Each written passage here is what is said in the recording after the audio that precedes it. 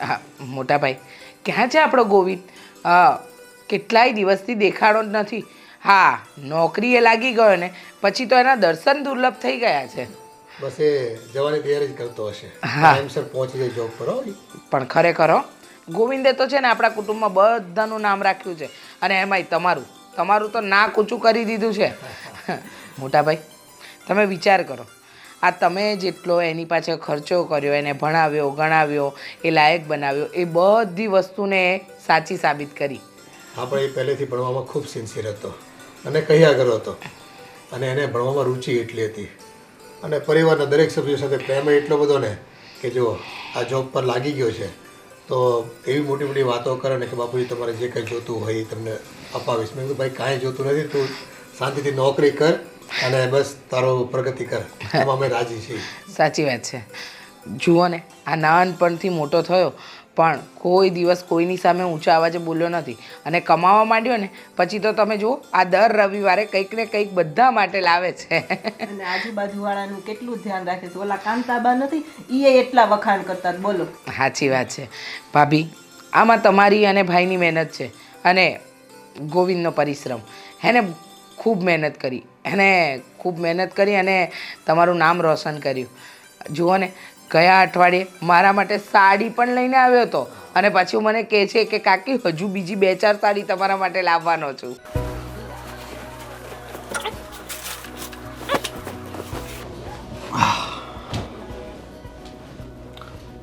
શું જોયું છે કાચમાં એટલું બધું? મને જોઉં છું. હા ખબર છે મને, તો અપ્સરા લાગો છો, પણ એટલું બધું કાચમાં નિરખીને નહીં જોવાનું, નહીં તો ઘણીવાર છે ને પોતાની નજર છે ને પોતાને જ લાગી જાય છે. અચ્છા, લો લગાવી દીધું. બસ હવે મને મારી નજર નહીં લાગે. હા તો અને તમારે જવાનું મોડું નથી થતું? તમે કેમ અહીંયા ઊભા છો? મોડું તો થાય છે, તો? 20 મિનિટ બાકી છે, પણ વિચાર્યું કે 20 મિનિટમાંથી થોડાક મિનિટ હું તને આપી દઉં. અચ્છા. અને લોકેટ તને મસ્ત લાગે છે. Thank you. ગિફ્ટ કોણે કર્યું છે? મેં કર્યું છે. તો પછી સારું લાગવાનું જ છે. ગિફ્ટ તો કરવી જ પડે ને. તું મારી ધર્મપત્ની છો, મારી અર્ધાંગિની છો, મારી બધું જ છો એટલે. અને તારા માટે એક બીજી ગિફ્ટ લાવ્યો છું. શું હશે કે? મને શું ખબર શું હશે? આપો.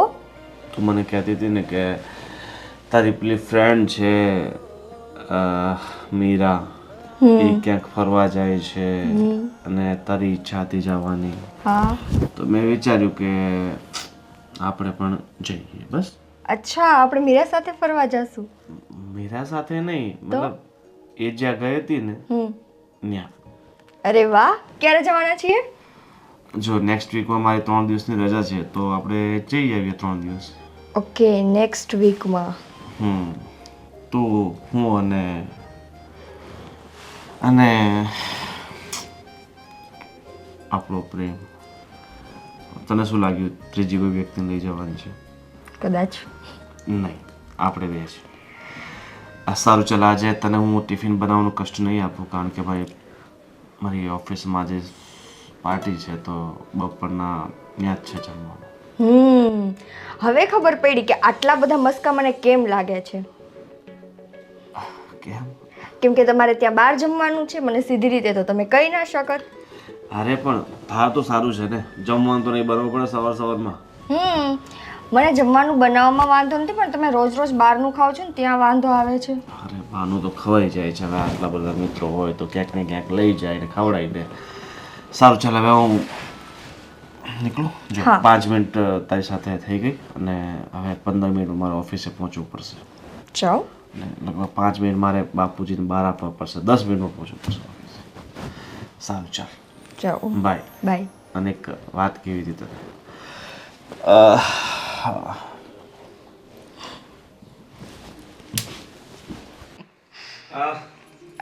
કેમ છો કાકી? જય શ્રી કૃષ્ણ. જય શ્રી કૃષ્ણ. હા. જય શ્રી કૃષ્ણ. જય શ્રી કૃષ્ણ. હા, ક્યાં ઉપડ્યો? નોકરીએ જવા? હવે હવે ટાઈમ થઈ ગયો છે. હવે તો તારા દર્શન દુર્લભ થઈ ગયા છે. રવિવાર સિવાય દેખાતો નથી. પણ ગોવિંદ, મને બહુ ખુશી છે હો કે તારો 90,000 પગાર છે અને તું આટલું બધું કમાય છે પણ બધાનું ધ્યાન પણ રાખે છે. અરે કાકી, આપણે પૈસા કમાતા હોઈએ, શાના માટે કમાતા હોઈએ? બધા માટે કમાતા હોઈએ ને. હું પૈસા કમાઉં અને બધા જલસા ન કરે તો પછી પૈસા જે મારા કમાયેલા છે કામના શું? હા, વાત તો તારી એકદમ સાચી. એક તું છે અને બીજો મારો દીકરો. 10 માંડ પાસ કર્યું, નોકરીએ લગાડ્યો તો ક્યાંય ઠેકાણા નથી. કોઈ વાતના ઠેકાણા નથી પડતા. સાચું કહું ને તો તમે કોઈ સારા કર્મ કર્યા હશે એનું ફળ આ મળ્યું છે. અરે કાકી, એના માથે જવાબદારી આવશે ને એટલે ઓટોમેટિક કમાવાનું ચાલુ કરી દેશે. પણ જ્યાં સુધી માણસને પોતે ફીલ ન થાય ને કે હવે મારે કમાવવું જોઈએ ને મારે બીજા બધાની કાળજી લેવી જોઈએ, ધ્યાન રાખવું જોઈએ, પછી એ સરખો લાગે વર્ગે. અરે પણ 10 ધોરણ માંડ પાસ કર્યું, પછી એને કાંઈ કામ ધંધો નહોતો કરવો તો નોકરીએ લગાડ્યો તો ત્યાંય ઠેકાણા વગરની નોકરી કરે છે. 2 દિવસ જાય ને 4 દિવસ રજા પાડે. જો ગોવિંદે છે ને એના શેઠનો વિશ્વાસ કેળવ્યો છે અને ઓછા સમયમાં એનો પગાર કેટલો વધારો કરી દીધો.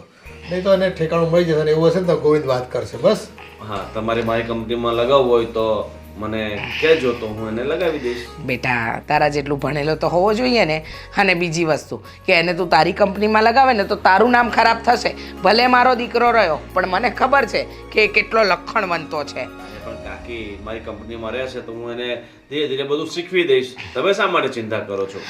તું તો શીખવી જ દઈશ પણ એને પોતાની જવાબદારી લેવી જોઈએ ને. એક તું છે જે આપણા પરિવારનું નામ રોશન કરે છે અને એક એ છે જે ડૂબાડવા જ બેઠો છે.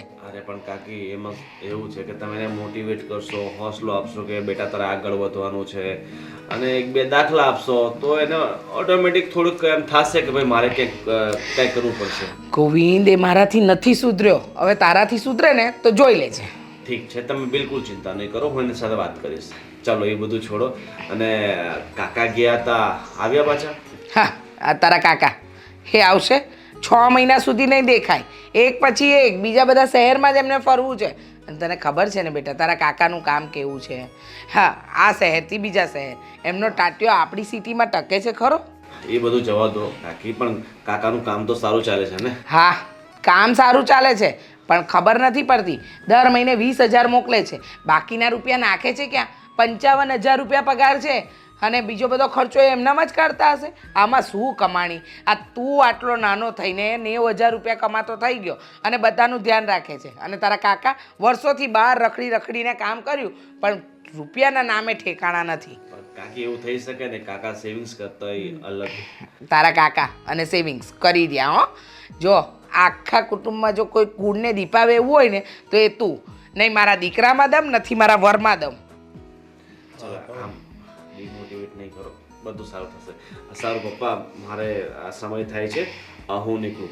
અને સાંભળ, હવે છે ને જ્યારે પણ તું મારા ઘરે આવે ને એટલે મને કહી દેજે. મેં તારા માટે તારી ફેવરેટ મસાલા ભાખરી બનાવી છે. સારું, તો આજે સાંજે જ આવીશ. સારું સારું, તો પપ્પા હું નીકળું. હા બેટા, પણ એક કામ કર ને, આજે સવારે જ મારા હાથમાંથી મોબાઈલ પડી ગયો ને તો એની ડિસ્પ્લે કે તૂટી ગઈ છે. તો તું સાંજે જરા વહેલો આવે ને તો આપણે રિપેરિંગ કરાવી આવીએ. ઠીક છે. સારું. આ તમારા બધા પડ્યા બોલચીલે છે અને એક મારો છે ડફોડ જેવો. કદાચ એને આ ગલીના નાકે છાશ લેવા મોકલું ને તો એ 10 વાર આળસ મળશે અને પછી જશે. પણ છોકરાઓ બાબતે છે ને નબળી વાતો નહીં કરવાની. એને છે ને પ્રોત્સાહિત કરવાના હોય. એને નબળી વાતો કહે ને મગજમાં ઠસી જાય પછી એ નબળા કામ જ કરે. અરે મોટા ભાઈ, નબળી વાત તો તમારી આગળ કરું છું, એને તો મોટિવેટ જ કરું છું પણ માનવો તો જોઈએ. કોઈ વાતે સુધરતો નથી. અરે નિકિતા, હા મમ્મી. રસોઈ બની ગઈ? હા, રસોઈ બની ગઈ ને આ બસ હવે વાસણ સાફ કરવાના જ છે. અને હું શું કહેતી હતી, આજે ગોવિંદ ટિફિન નથી લઈ ગયો? ના ના મમ્મી, એમને છે ને ત્યાં કંઈક ઓફિસમાં મીટિંગ છે બધાની, તો તે લોકો ત્યાં જ જમી લેશે. એવું છે? આ ગોવિંદ છે ને દરરોજ બહારનું ખાશે ને તો એની તબિયત બગડી જાય. એનું ધ્યાન પણ નથી રાખતો. મમ્મી તમે ચિંતા કરો, મને આમ પણ ક્યાં રોજ રોજ બહારનું ખાય છે. આજે ખાધું તું ને 2 દિવસ પહેલા ખાધું તું. હા તો એટલે જ ને, 2 દિવસ પહેલા અઠવાડિયામાં 3 થી 4 વાર બહારનું ખાય છે. કંઈ વાંધો નહીં, હવેથી છે ને હું કહી દઈશ કે ટિફિન લઈને જાય બસ. અને આ ગોવિંદને છે ને આ એના શેઠ છે ને ગોવિંદનો પ્રેમ એટલો જોઈને એને જમાડતા હશે. ગોવિંદનું કામ જ એવું છે ને મારો દીકરો તને ખબર છે પથ્થરને પાટું મારીને પાણી કાઢે એવો છે. હા એ વાત તો છે. એ જે રીતે મહેનત કરે છે ને જે રીતે મતલબ પોતાની ડેડિકેશનથી વર્ક કરે છે ને એટલા માટે જ કદાચ એના બોસને વધારે ગમે છે. મને એવું જ લાગે છે. સારું, અને અત્યારે જોઈએ ને તો આપણા ઘરમાં જે કંઈ પણ છે એ એની જ મહેનતનું છે. અને હું એટલી નસીબદાર છું કે ગોવિંદ જેવો દીકરો અને તારા જેવી મને વહુ મળી છે. હું તો મારી જાતને એટલી બધી ભાગ્યશાળી માનું છું. દીકરો તો ઠીક પણ મને વહુ પણ એવી મળી છે. સારું, હવે તમારે જમવું છે કે હું પેલા વાસણ સાફ કરી નાખું? ના, તું બધું કામ પતાવી દે અને પછી મને બૂમ પાજે, પછી આપણે શાંતિથી જમી લઈએ. હા વાંધો નહીં. પપ્પા આવી ગયા? હા, એ પણ આવી ગયા છે. હા સારું, તો હું આ દૂધ ગરમ કરી લઉં. સારું.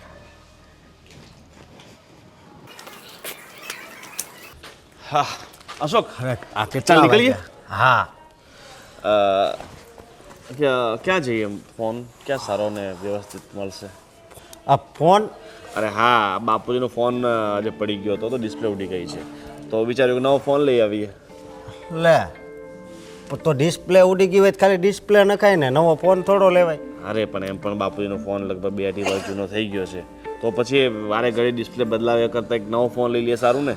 હા પણ નવો બહુ કહેવાય. અરે પણ એમાં શું યાર, આપણે આટલા બધા પૈસા કમાઈએ છીએ, એ કોના માટે કમાઈએ છીએ?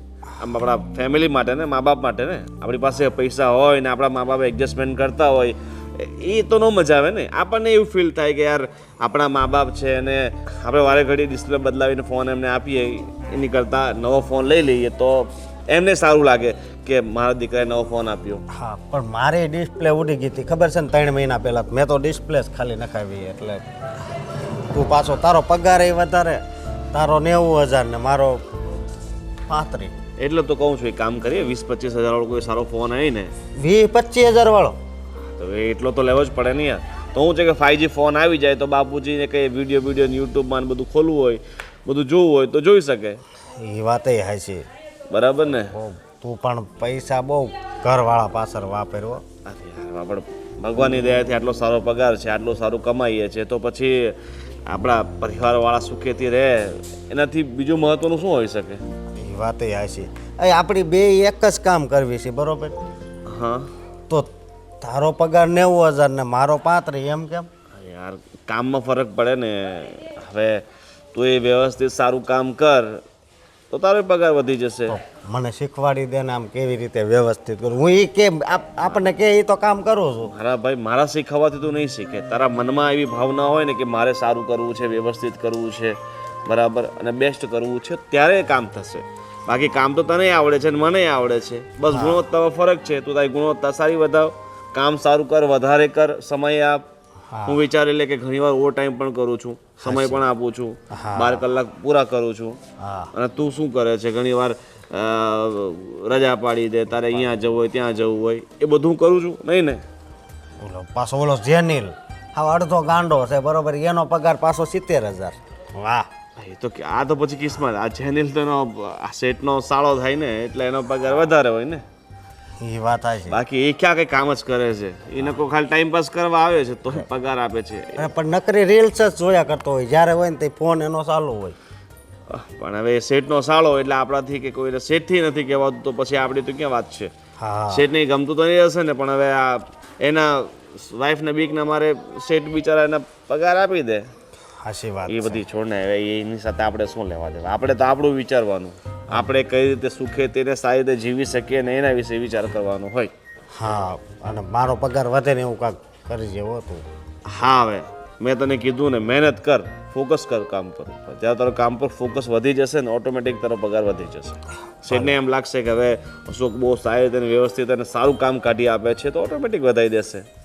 એ વાત થાય છે, પણ મારો પહેલાં જો 20 જ હતો, બરોબર, પછી 25 કર્યો, પછી 35 કર્યો, ને તારું તો ડાયરેક્ટ 90. મેં કીધું લે હાલે. અરે પણ મારે, હું જ્યારે લાગ્યો હતો ત્યારે મારો કેટલો પગાર હતો? 30,000 હતો ને. 30,000માંથી હવે શેઠને કામ ગમતું ગયું અને હું કામ વધારતો ગયો એટલે વધી ગયું. ચાલે એ બધી છોડને મારા ભાઈ, વધશે કામ. મારે પાછું સાંજે ઘરે જવા મોડું થશે, ફટાફટ લઈ આવીએ. ભલે. ઠીક છે. હા.